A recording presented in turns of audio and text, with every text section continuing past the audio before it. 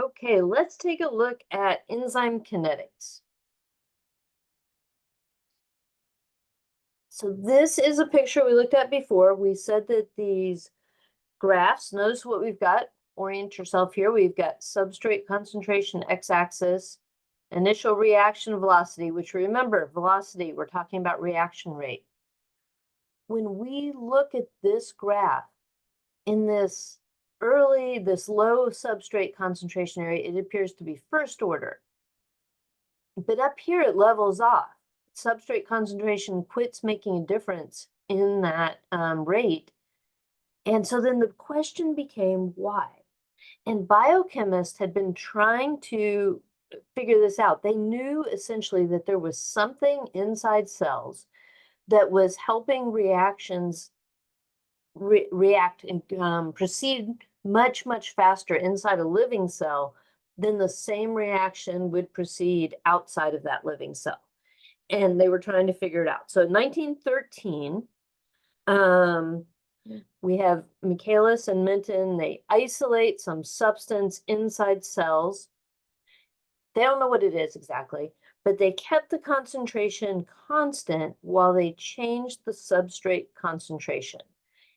And their challenge was to come up with a proposed mechanism. What is happening? What are the steps that are happening inside the cell to cause this reaction to occur so fast? And then to look at the mathematical treatment. And if their proposed mechanism provides the same, the mathematical treatment of their proposed mechanism provides the same graph as our experimental evidence, then we've got some evidence that, hey, maybe this is right. So if we look at what they suggested, it was this, that the enzyme, so E, reacts with some substrate to form this enzyme substrate complex. And then that complex breaks apart, gives us back our enzyme and some product. Now, this may not sound groundbreaking to you, but at the time they didn't know what enzymes were. They didn't know how these were working. This was groundbreaking, right? We all learned about it in high school biology or whatever, but now this is new. Okay, when I look, here's my rate constant for that first reaction, forward reaction, and here's my rate constant for that second one.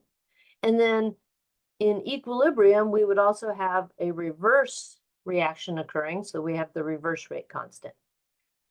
Now, since we generally collect all our rate information right near the beginning, right? Method of initial rates, t equals 0. So essentially, we're not going to have much product at all. So we could expect this reaction not to occur in reverse. There's so little product, we don't expect it to go back that way. So we get to ignore that rate constant. Okay, when we look at this, this would be my fast equilibrium step, that first step.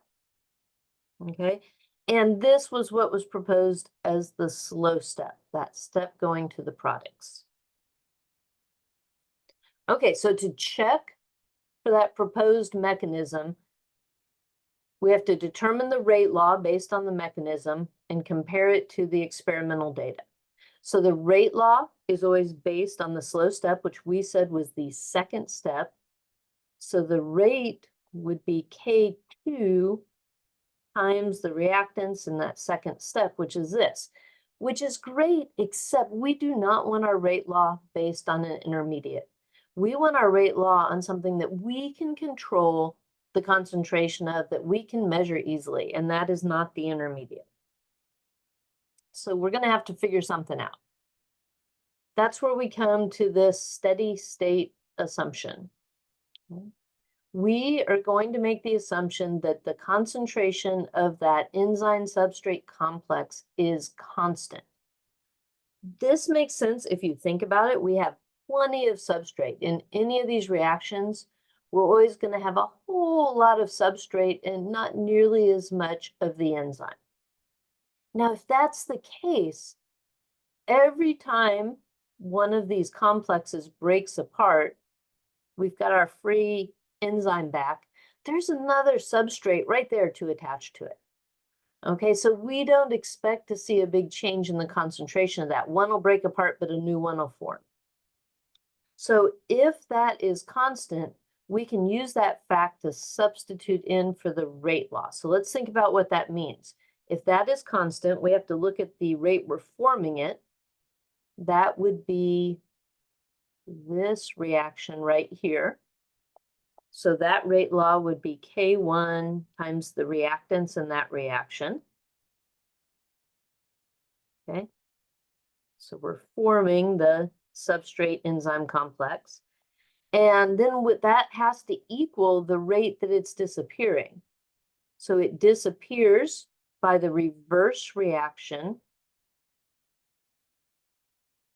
in the equilibrium step, and it disappears by turning into product, right?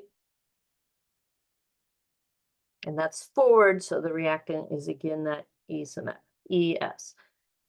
So it's forming over here, it's breaking down and giving us back that enzyme back there. If I rearrange this and get all of my constants on one side and all of my concentrations on the other, I have E times S over the complex equals K -1 plus K2 over K1. And this is just a ratio of constants. I'm going to call that this new constant, which is the Michaelis constant. Okay, that is a measure of this equilibrium. Okay, so now we have one equation for this constant.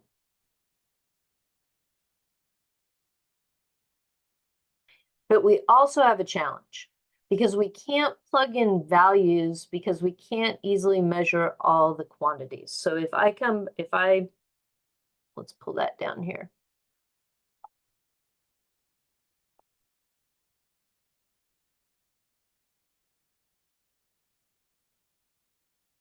Add that in right here, maybe.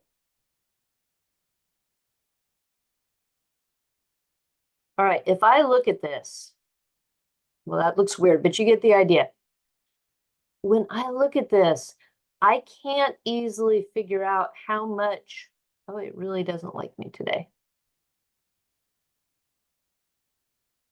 All right, I really can't figure out how much of my reactant is in this free form. Okay, I don't have anything that tells me that. Really, all I know is my total amount of enzyme, but I don't know how much of that enzyme is in the free form and how much is in the complex form, this enzyme substrate complex. So in our reaction, we will have some free enzyme, right? And some of the complex, and that the total amount of enzyme is going to be that amount of the free enzyme plus the amount that is complexed. So if we come down here and we start with this equation for our Michaelis constant, and now I'm going to plug in.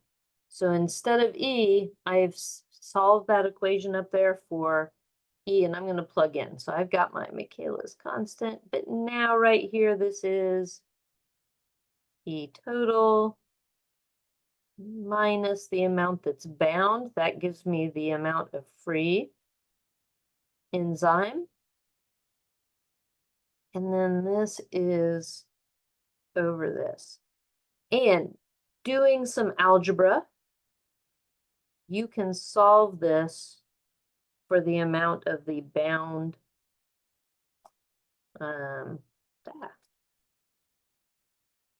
the idea, E total, the amount of the enzyme substrate complex.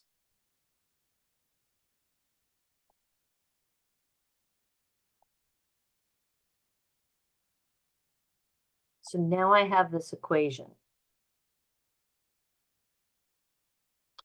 So then finally, Remember way back there, we said here was our starting point for our rate constant. But we said we couldn't have that intermediate. So now we can plug in because we have this equation for our intermediate. So I'm going to plug in there. And I'm going to say, wow, my rate law be K2. But now instead of that concentration of ES, we're going to do the total times the substrate concentration over the substrate concentration plus that Michaelis constant. And it turns out, whole idea here, y'all, it turns out that when you graph this, this is a hyperbolic function and it matches the graph we get from the experimental results. So our math-derived equation matches our experimental results, which gave evidence that that original proposal of a mechanism could be correct. All right, just kind of review. We had this equation for that Michaelis constant. We have this Vmax is K2 times the total enzyme. Makes sense. If you think about Vmax being the fastest the reaction could go, well, that will be true when all of our enzyme is reacting, okay? So this is plugged in instead of K2 times the total enzyme from the last slide.